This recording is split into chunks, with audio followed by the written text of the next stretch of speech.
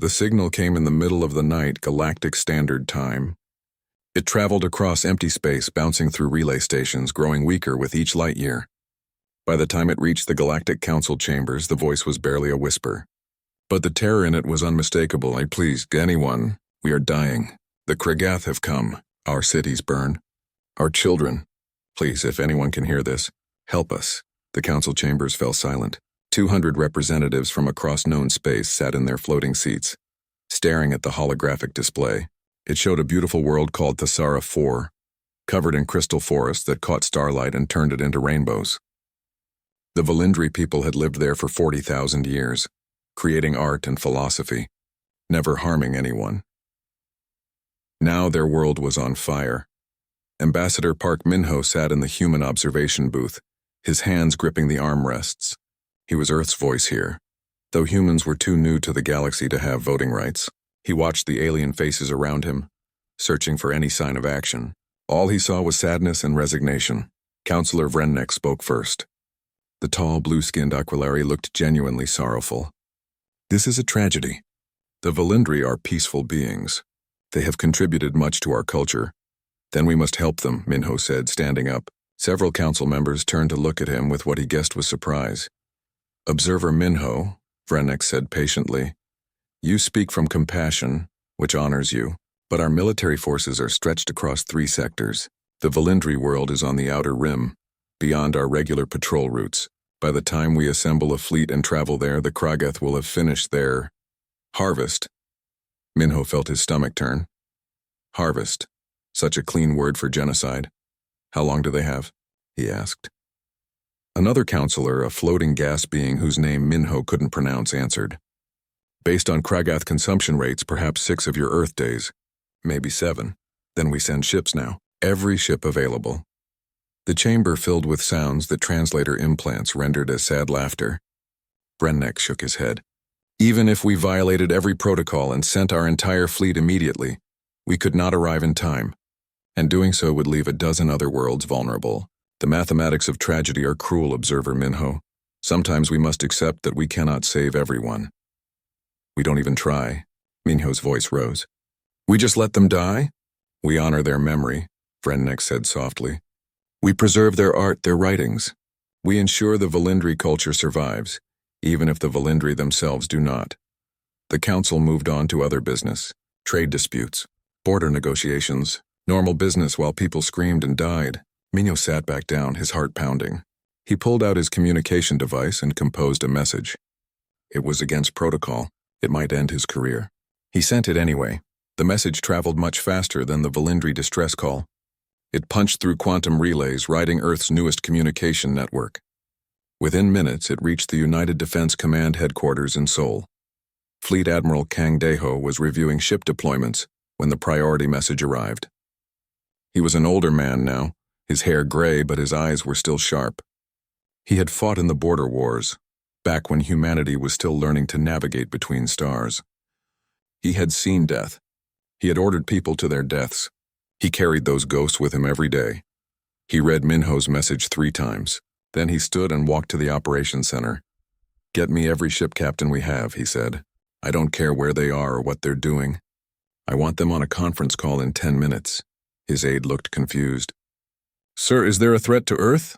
No, Kang Dae-ho said. The threat is to someone else. Move. 10 minutes later, faces filled the holographic display around him. Ship captains, station commanders, marine officers. Some looked curious. Others worried. Captain Lee Ji-won of the dreadnought Incheon's Fury crossed her arms. She was younger than most, promoted fast because she was brilliant in combat simulations. Real combat, too, in the few skirmishes humanity had faced. Admiral, she said, what's the emergency? Kang Dae-ho played the Valindri distress call. He watched their faces as they listened. He saw the same thing he had felt. Anger, disgust, the need to do something. The Galactic Council has decided they cannot help, he said. The Valindri are too far away. The logistics are impossible. They will let this happen. But we won't, Commander Choi Hana asked. She commanded the carrier Soul's Shield, and she was already pulling up star charts on her display. That depends on you, Kang Dae-ho said. I'm not ordering this. I can't. It violates every treaty we signed. It will use 80% of our fleet. If Earth is attacked while you're gone, we'll be nearly defenseless. Your crews will be in danger. Many of you might not come back." The silence stretched. Then Major Kim Tajan spoke up. He was a Marine, a man who hit the ground when others stayed in orbit. "Admiral, how many Valindri are we talking about?" "Approximately 400 million. And if we do nothing, they all die. Every one of them." Kim Tajan nodded slowly. "Then I don't see that we have a choice." "I agree," Lee Ji-won said. Others echoed her. Within 2 minutes, every captain had volunteered. Not one refused. "You understand what this means?" Kang Dae-ho asked. "The Council will be furious. They might expel humanity from galactic society. Earth could face sanctions, maybe worse." Lieutenant Yoon Soo-ho, a fighter pilot who looked barely old enough to drink, spoke up. "Admiral, my grandfather told me about the old wars on Earth. He said the worst thing humans ever did was stand by and watch evil happen. He said we learned that lesson in blood. I'd rather face sanctions than forget that lesson." Kang Dae-ho felt something in his chest. Pride, maybe, or hope. "All right then. You have 48 hours to prepare. Every ship that can fight we send. Dr. Shin Mirai, get the medical frigate Mercy's Hand ready. You'll have casualties." "Understood, sir," the doctor replied. "One more thing," the admiral said. "When you arrive at Thessera IV, you will be facing the Kregath Horde. Intelligence says they have over 200 ships in that system. You'll be outnumbered 4-1. They are experienced warriors. They have conquered dozens of worlds. By all logical analysis, you should lose this fight." He paused, looking at each face. "But you're human." "Logic isn't our strongest quality. Stubbornness is. So here's your mission. You're going to cross hostile space, break through a Kregath blockade, and save every Valindri you can. Then you're going to make sure the Kregath regret ever coming to that system."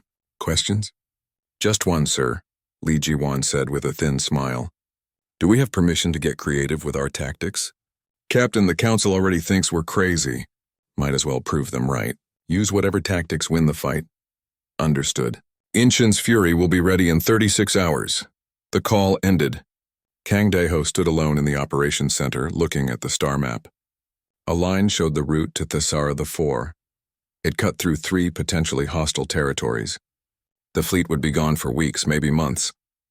He was betting Earth's safety on a gamble. His aide approached cautiously. "Sir, what if the Council retaliates?" "Then they retaliate," Kang Dae-ho said. "But somewhere out there, people are dying while calling for help. When I was young, I learned that the only thing necessary for evil to win is for good people to do nothing. I'm old now. I've done a lot of things I regret. This won't be one of them."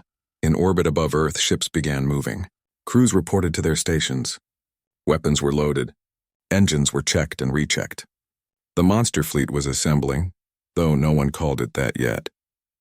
That name would come later when the galaxy learned what humanity looked like when it went to war. In the council chambers, Ambassador Park Min-ho received a message.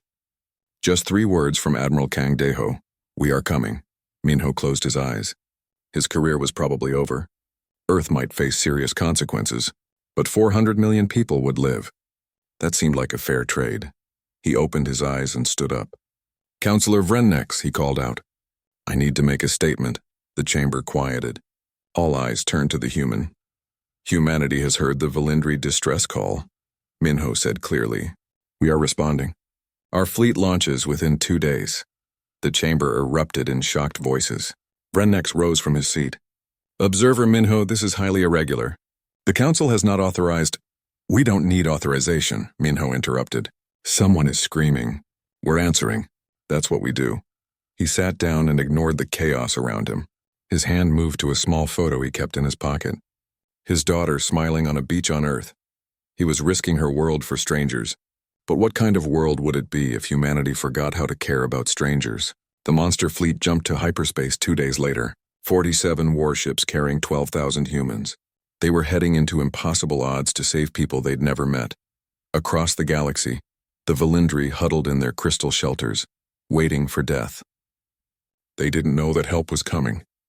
They didn't know that Earth had heard them, but they would soon learn that when humans hear someone screaming, they come running, even if it means running into hell itself. The Kregath ships looked like they were alive. They were grown, not built, with chitinous armor and bioorganic weapons that pulsed with a sickly green light. Over 200 of them floated in orbit around Thessera 4, blocking out the stars.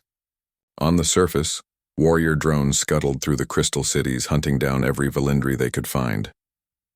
Elder Thessin stood in what remained of Lumensong, the capital city.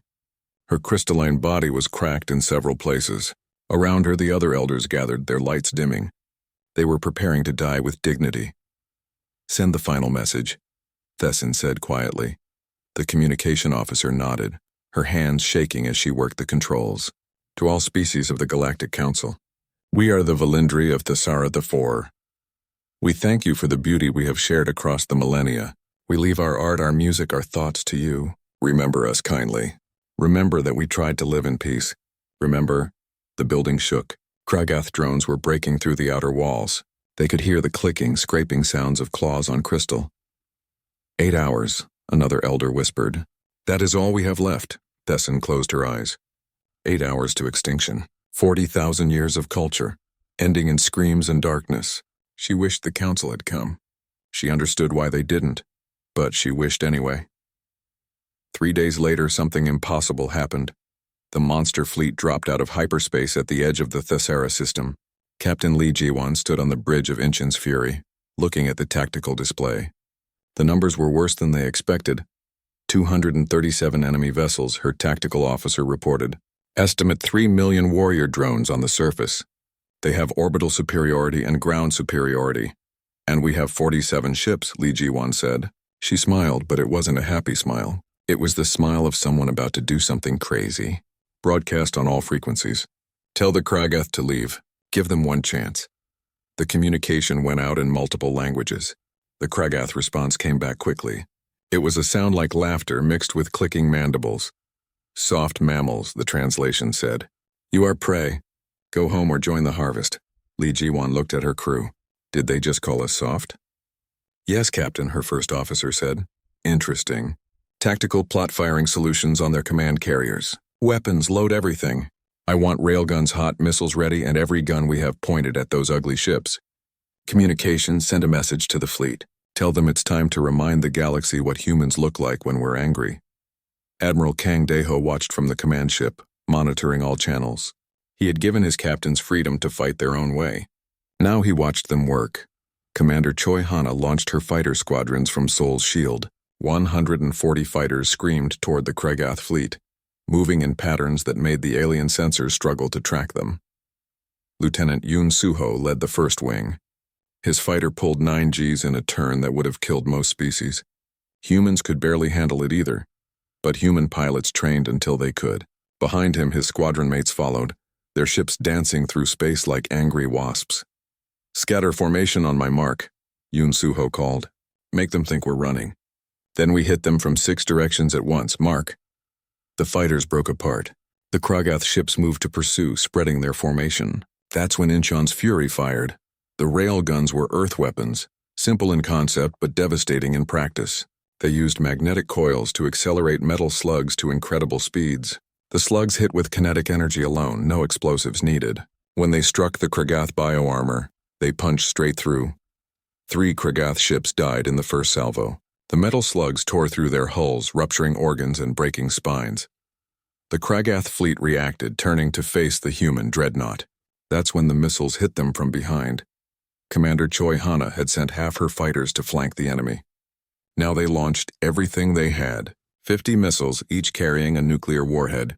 The Kragath point defense system shot down most of them. Most, but not all. 7 nuclear explosions bloomed in space. The Kragath ships caught in the blasts simply vanished, turned into expanding clouds of superheated particles. On the surface of Thessera 4, the Valindri looked up. They saw new stars being born in their sky. They didn't understand what was happening. Elder Thessin received a transmission on emergency frequencies. A human face appeared on her screen, speaking through a translator. "This is Major Kim Taejin of Earth's United Defense Command. We're here to help. Hold on. We're coming down." "You came," Thessin whispered. "You actually came." "Of course we came." "You called for help. Now get your people to shelter. This is going to get loud." The drop pods hit atmosphere like meteorites. Inside each pod, Marines gripped their weapons and tried not to throw up. The pods were designed for speed, not comfort. They rattled and shook, heating up as they burned through the air. Major Kim Taejin's pod hit first, slamming into the ground 50 meters from a Kragath warrior group. The door blew off. Kim Taejin came out firing. The Kragath were bigger than humans, stronger, with natural armor and claws.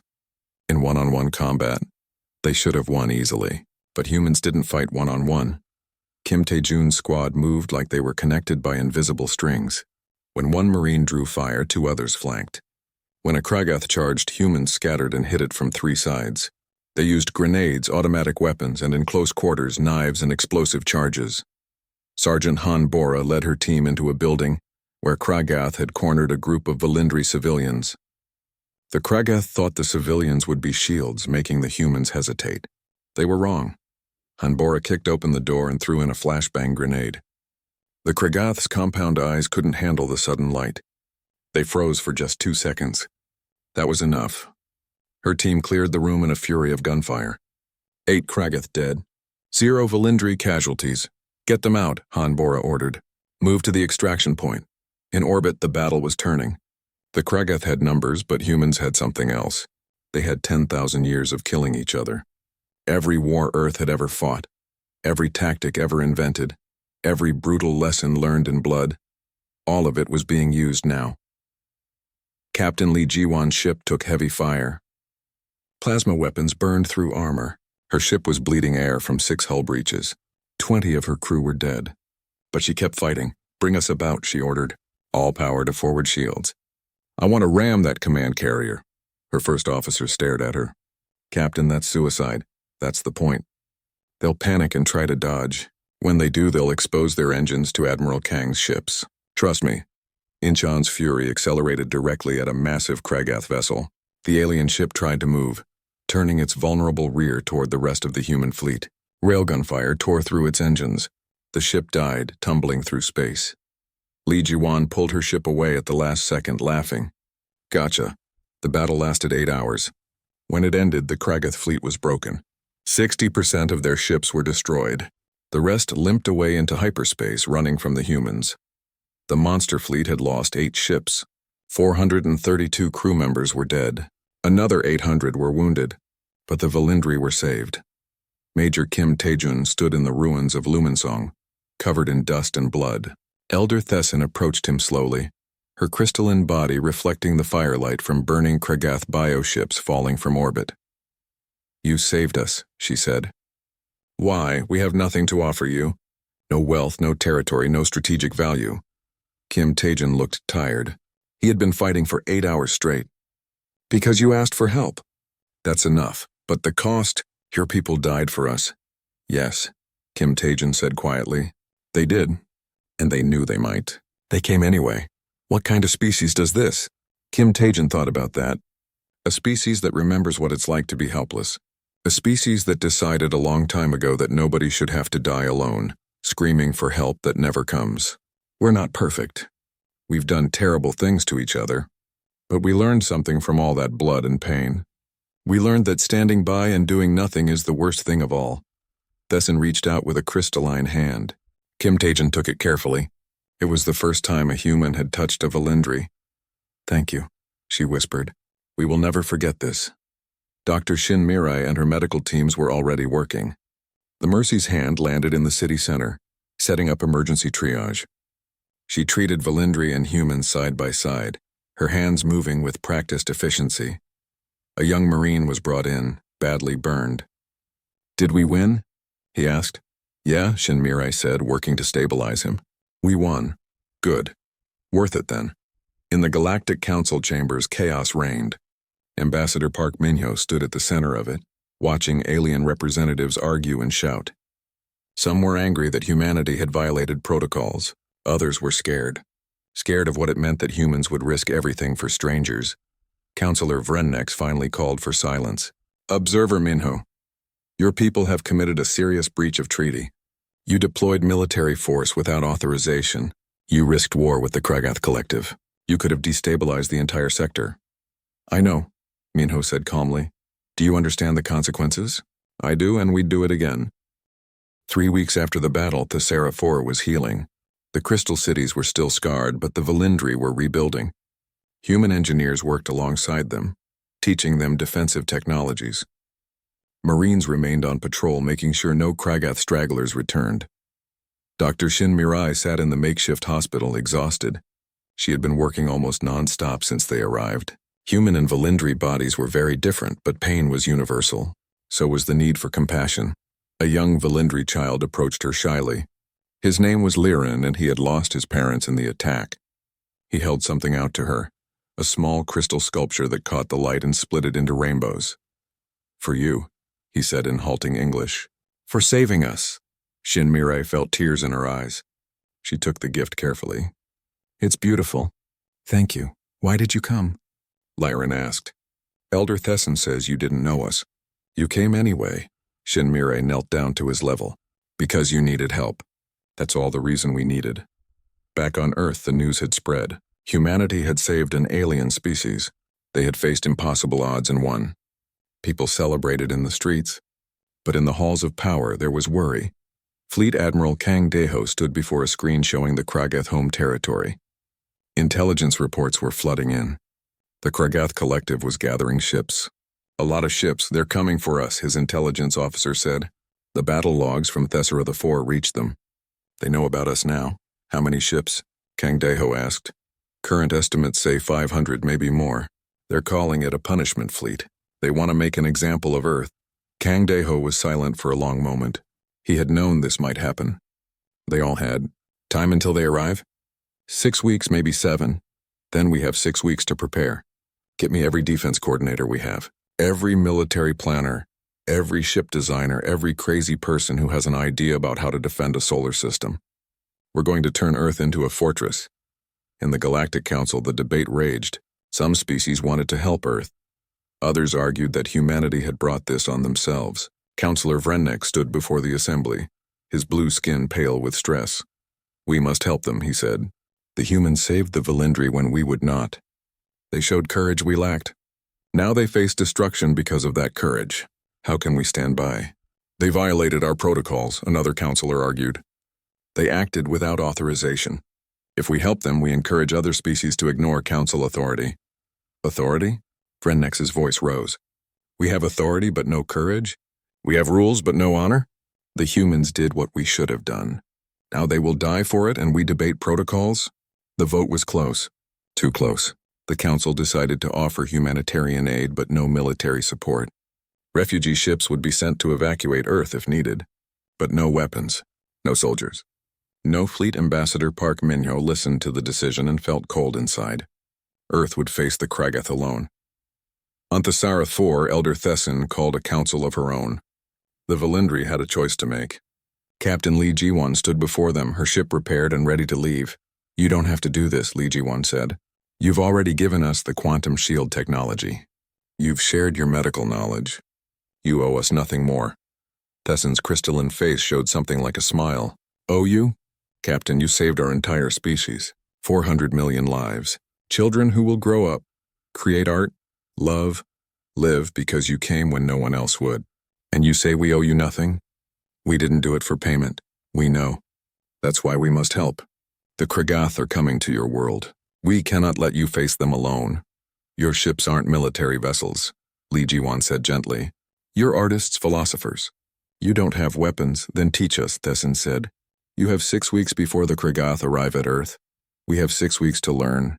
Our ships may not be warships, but they can carry your shield technology. We can protect your people while your weapons strike. Please, let us help." Li Jiwan looked at the elder. She saw determination there and love. These people loved humanity because humanity had loved them first, loved them enough to bleed for them. "All right," Li Jiwan said. "We'll teach you. But I won't lie to you. The battle will be terrible. Many of you might die." "Yes," Thesson said quietly. "But we will die standing beside the species that saved us. There is honor in that." Word spread across the galaxy quickly. The Valindri were preparing to help Earth. Other species began to notice. Quietly, carefully, without official council approval, messages started arriving at Earth. A trade confederation sent technical data on Kragath ship weaknesses. A mining guild offered to sell Earth rare metals at cost for building weapons.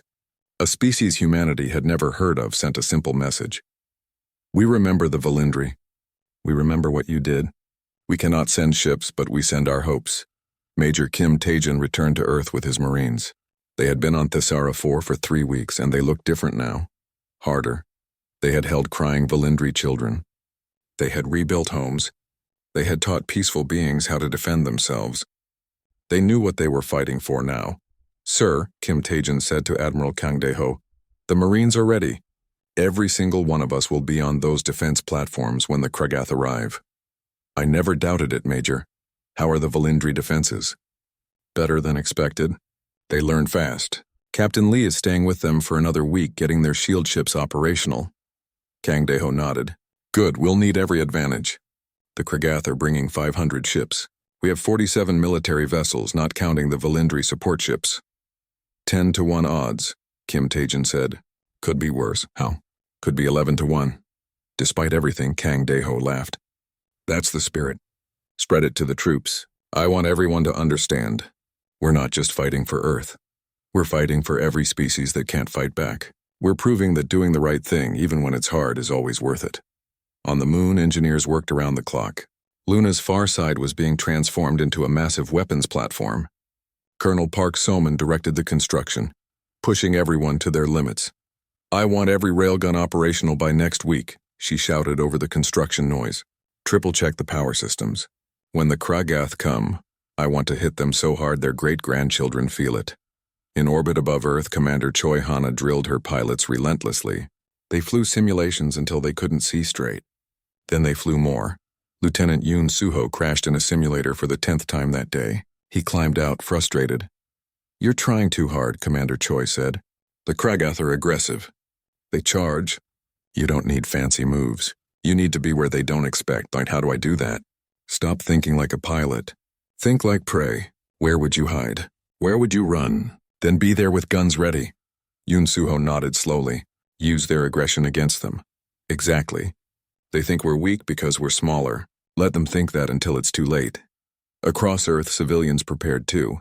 The government had tried to keep it quiet, but word got out. The Kragath were coming. Defense companies worked overtime producing missiles and ammunition. Retired military personnel volunteered to return to service. Merchant ship captains asked what weapons they could mount on their vessels. Commander Huang Jina found herself in charge of organizing the civilian fleet. She stood before a crowd of merchant captains and freight haulers, people who had never fired a weapon in their lives. I won't lie to you, she said. Most of you aren't trained for combat. Your ships aren't designed for it. If you fight, many of you will die. But if we don't fight, an old captain asked, the military will do their best. But they're outnumbered. They need help. Then we help, another captain said. Others echoed her. Within a day, 10,000 civilian ships had volunteered. They weren't much, but they were something. And something was better than nothing. Dr. Shin Mirei returned to Earth and immediately began preparing medical facilities. She knew what was coming. She had seen what Kragath weapons did to bodies. She organized blood drives, trained civilian doctors in emergency procedures, and tried not to think about how many people she would fail to save. Ambassador Park Min-ho made one last speech to the Galactic Council. He knew it probably wouldn't change anything, but he had to try. 6 weeks from now, Earth will face the Kragath horde. We will fight with everything we have. We will probably lose. When we do, the Kragath won't stop. They'll see that the galaxy is weak, that compassion is punished, that helping others brings death. Is that the galaxy you want? Counselor Vrennex looked away. Many others did too. Minho could see guilt in their alien faces. But guilt didn't send ships. Guilt didn't save lives. I understand, Minho said quietly. You have your rules, your protocols. We broke them. We accept the consequences. But remember this. When Earth falls, when humanity is gone, you'll be the galaxy that let it happen. You'll be the civilization that watched helpers die and did nothing. History will remember. Your children will ask you why. What will you tell them? He left the chamber in silence. On Thesara 4, the Valindri shield ships prepared to launch. 40 vessels, crewed by volunteers who had never left their planet before. Elder Thesson stood on the bridge of the lead ship looking at her crew. Artists, musicians, philosophers, now warriors. 6 weeks passed like a held breath. Earth's solar system transformed into a maze of weapons and traps. The moon bristled with railgun batteries. Mars' orbit held minefields that could tear through ship hulls. The asteroid belt became a hiding place for automated defense platforms that would wake up when enemies came near. Admiral Kang Dae-ho stood in the command center, looking at the defense grid. It was impressive. It might even work. But against 500 ships, it probably wouldn't be enough. "Sir," his communications officer said, "we're getting readings at the system edge. Multiple hyperspace signatures. The Kragath?" "Yes, sir. Counting 497 vessels. They're arranging into attack formation." Kang Dae-ho took a deep breath. "Sound general quarters. All ships to battle stations. Activate the defense grid. And someone wake up the civilians. They need to get to the shelters." Across Earth, alarms began to sound. People had been waiting for this. They moved quickly, orderly, heading to underground bunkers that might protect them if the battle went badly. Parents held their children. Old people helped each other down the stairs. Nobody panicked. If they were going to die, they would die with dignity. Commander Choi Hana sat in her cockpit aboard Seoul's Shield, watching her pilots prepare. Lieutenant Yoon Soo-ho gave her a thumbs up from his fighter. She returned it, hoping it wouldn't be the last time she saw him. On the lunar surface, Colonel Park Soman checked her railgun batteries one more time. "All stations report ready," her officers confirmed. "Good," she said. "Wait for my signal. Let them get close. Make every shot count." Major Kim Tae-jun and his Marines stood on orbital defense platforms checking their weapons. If the Kragath broke through the fleet, the Marines would be the last line of defense. Behind them was Earth. Behind them were homes, families, everything they loved. "Remember your training," Kim Tae-jun told his troops. "The Kragath are bigger and stronger, but we're smarter and meaner. They want to make us an example. Let's make them one instead." The Kragath fleet moved forward slowly, confidently. They had fought dozens of species. They had conquered entire star systems. Humanity was new to space, barely a century of interstellar travel. This would be easy. This would be educational. The galaxy would learn not to interfere with Kragath hunts. The Warmind sent a broadcast toward Earth. "Mammals, surrender now. We will consume only half your population. Resist and we will consume all," Admiral Kang Dae-ho replied personally. "This is Fleet Admiral Kang Dae-ho of Earth. You came here to punish us for helping someone. That was your first mistake. Your second mistake was thinking we'd let you. You are outnumbered 5-1. Yes, terrible odds. For you." The Kragath Warmind felt something it rarely experienced. Confusion. These humans should be afraid. Instead, they sounded angry. It didn't matter. Numbers always won. "Attack," the Warmind ordered. The Kragath fleet surged forward. That's when everything went wrong for them. The asteroid belt woke up. Defense platforms that looked like rocks suddenly activated, firing missiles at point-blank range. 20 Kragath ships died before they knew what was happening. The minefields in Mars' orbit caught the next wave. Explosions bloomed in space, tearing through bioarmor and rupturing hulls. 30 more ships destroyed. The Kragath fleet scattered, trying to avoid the traps. That's when the human fleet hit them. Captain Lee Ji-won's dreadnought Incheon's Fury emerged from behind Mars, guns blazing. The Valindri shield ships were with her, their quantum shields protecting the human vessels from enemy fire. Lee Ji-won smiled. "Now we show them. Full assault. No mercy." Commander Choi Hana launched her fighters. 200 small craft screamed into the Kragath formation, moving so fast and unpredictably that the alien ships couldn't target them properly. Lieutenant Yoon Soo-ho led his squadron through a Kragath carrier group, launching missiles that turned 3 ships into debris. But there were so many Kragath. For every ship they destroyed, 2 more pushed forward. The bioships fired plasma weapons that burned through human armor. Ships started dying. The destroyer Pride of Tokyo took a direct hit. Her captain ordered evacuation, but only half the crew made it to escape pods before the ship exploded. 30 seconds later, the cruiser Shanghai's Sword lost all power. Kragath boarding drones swarmed over her. The crew fought hand to hand, but they were overwhelmed. Dr. Shin Mirai watched the casualty reports flood in from her medical ship. "So many dead already, and the battle had barely started, ma'am," a nurse said. "The casualty ships are coming in. We need to prepare for mass triage." "Do it," Shin Mirai said. "Save everyone you can." On Luna, Colonel Park Soman waited. The Kragath were pushing closer to Earth. She could see them on her scopes, hundreds of ships trying to break through the human fleet. She waited until they were in perfect range. "All batteries," she said calmly. "Fire." The lunar railguns spoke. Massive slugs of metal accelerated to incredible speeds, crossing space in seconds. Each slug punched through 3 or 4 Kragath ships before losing momentum. The moon fired again, and again, and again. Each salvo took hours to prepare, but when it hit, it was devastating. The Kragath war mind recalculated. This wasn't going as planned.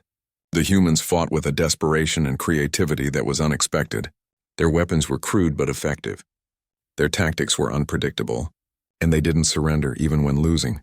The war mind sent more ships forward, overwhelmed them with numbers. It always worked eventually. But then something happened that the Kragath didn't expect. More ships arrived. The Valindri had only brought 40 shield ships. But behind them came others, trade ships from the Merchant Confederation, armed with whatever weapons they could mount, mining vessels from the Guild, their industrial lasers recalibrated for combat, even a few old warships from species that weren't officially helping but had sent volunteers. Elder Thesson broadcast on open channels. Humanity answered when we called. Now we answer them. All ships protect Earth. Counselor Vrennek sat in his personal ship against all Council protocols. He had brought a small task force from his homeworld. 20 ships. Not much, but something. "This is Counselor Vrennek's," he broadcast. "I am here as an individual, not as a council representative.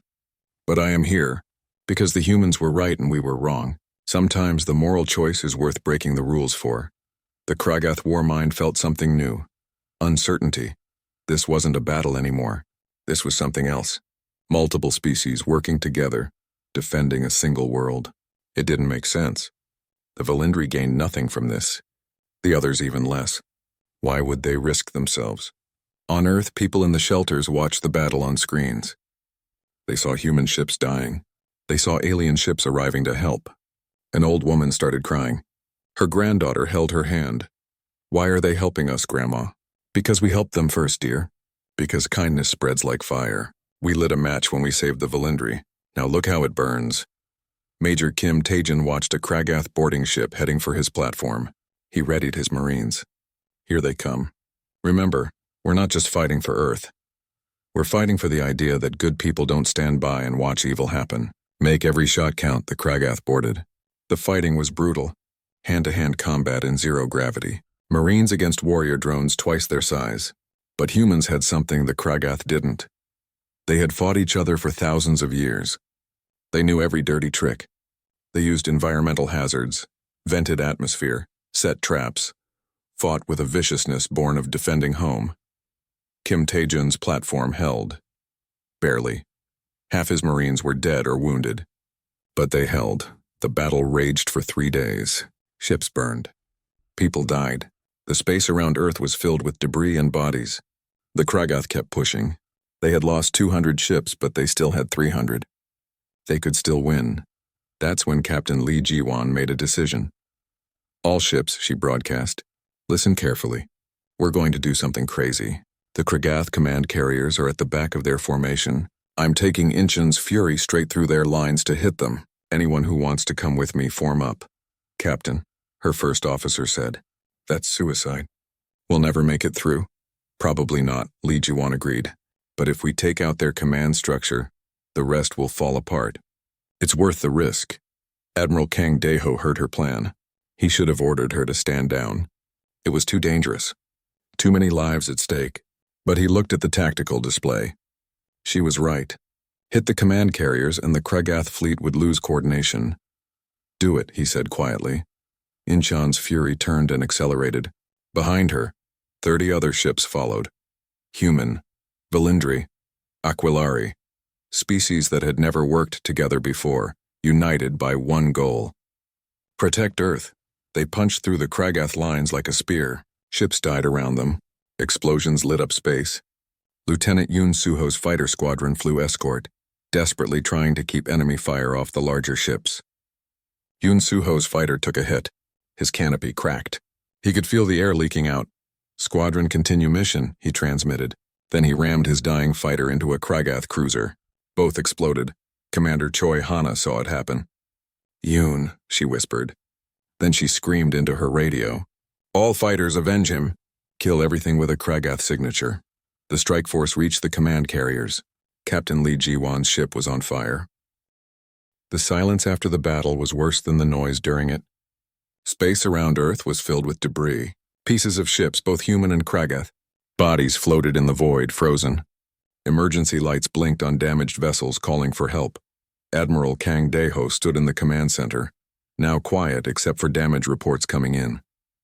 15,000 military personnel dead, 30 major ships destroyed, 50,000 civilian casualties from Kragath strikes that had broken through the defenses. The numbers felt unreal.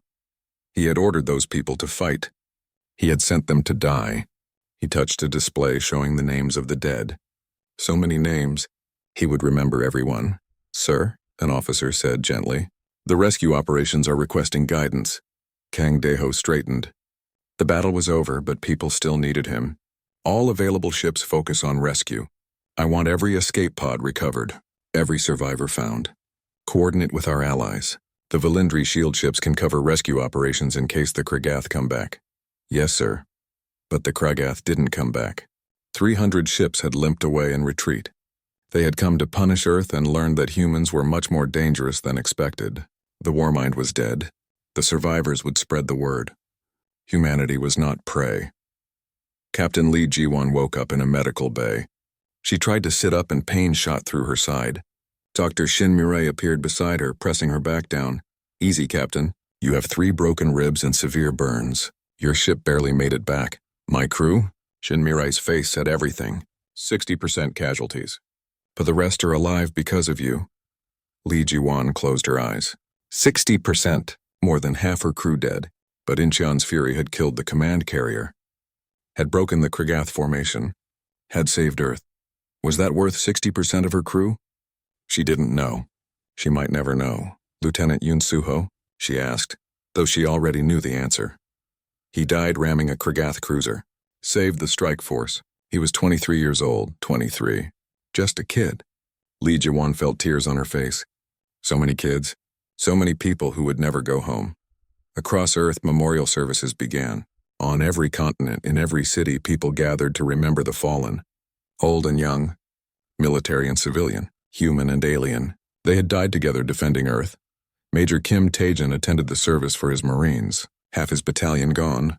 He stood before the memorial wall looking at names he knew. People he had trained. People he had led into battle. People he had failed to bring home. A hand touched his shoulder. He turned to see a young girl, maybe 10 years old. She held out a flower. "My dad was in your battalion," she said. "Sergeant Hanbora. She died defending the orbital platform," Kim Tae-jin remembered. Hanbora had fought like a demon. Had held the line when it seemed impossible. Had saved 30 Marines by taking a Kragath warrior head-on. She had died winning. "Your mother was a hero," he said. "The bravest person I ever knew. Did it matter?" The girl asked. "Did she die for something real?" Kim Tae-jin knelt down. "Yes, you're alive. Earth is still here. Millions of people will grow up, have families, live their lives because she stood and fought. That's real. That matters." The girl hugged him and cried. Kim Tae-jin held her. This child who would grow up without a mother and promised himself he would check on her, would make sure she was okay. It was the least he could do.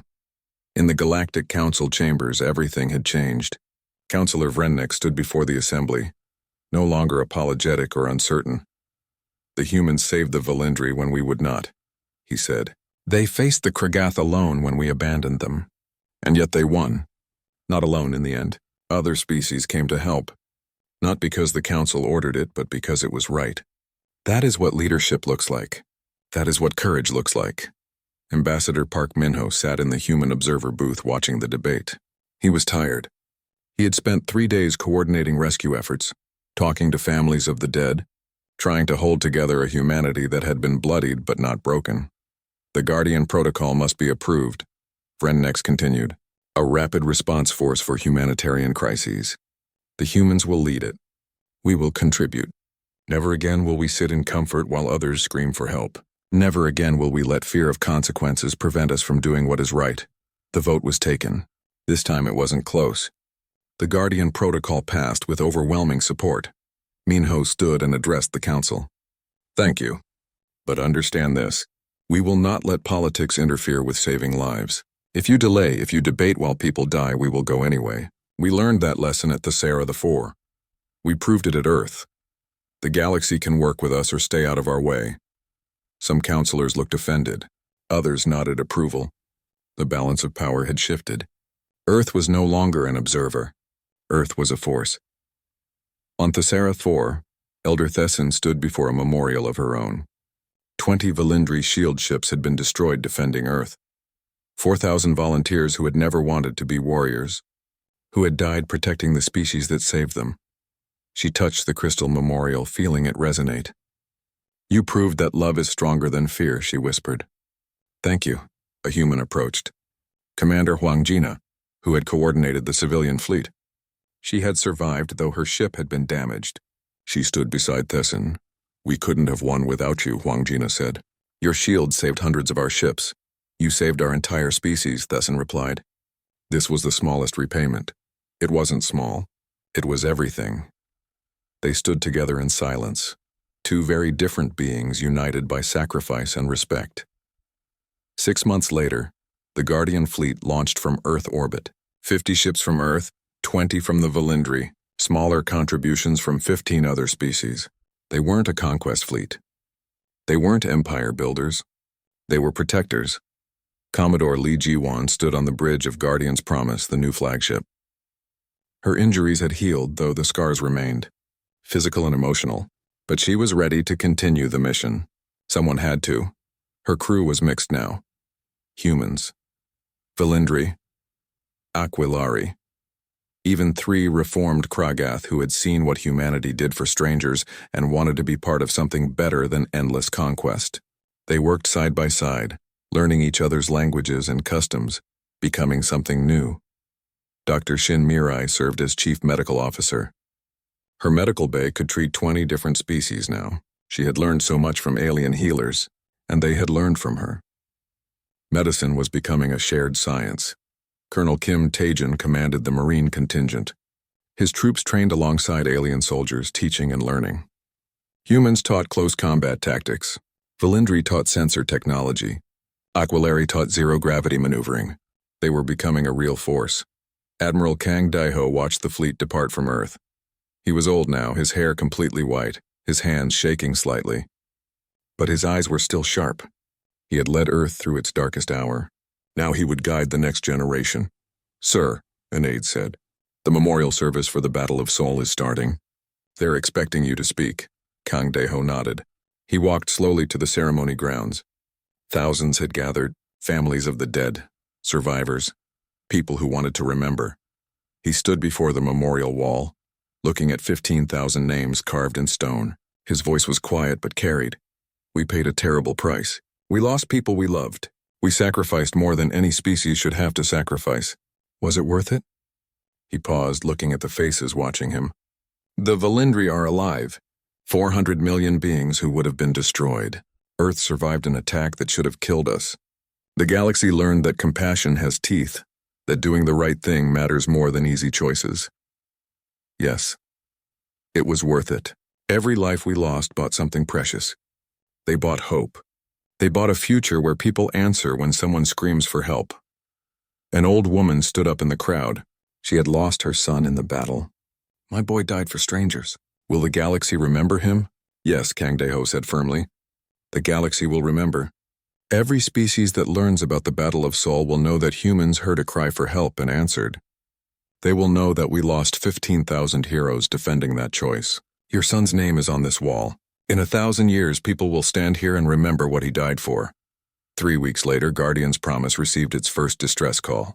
A colony on the outer rim was under attack by pirates. The colony was Kragath. Commodore Li Jiwan looked at her mixed crew. We protect those who need it, regardless of who they are or what their species has done. That's what makes us different. The ship jumped to hyperspace. When they arrived, they drove off the pirates. The Kragath colonists stared in disbelief. These were humans, the species they had tried to destroy. A young Kragath approached Colonel Kim Taejin. Why help us? We are your enemies. Kim Taejin looked at the young alien. You're not your species' past.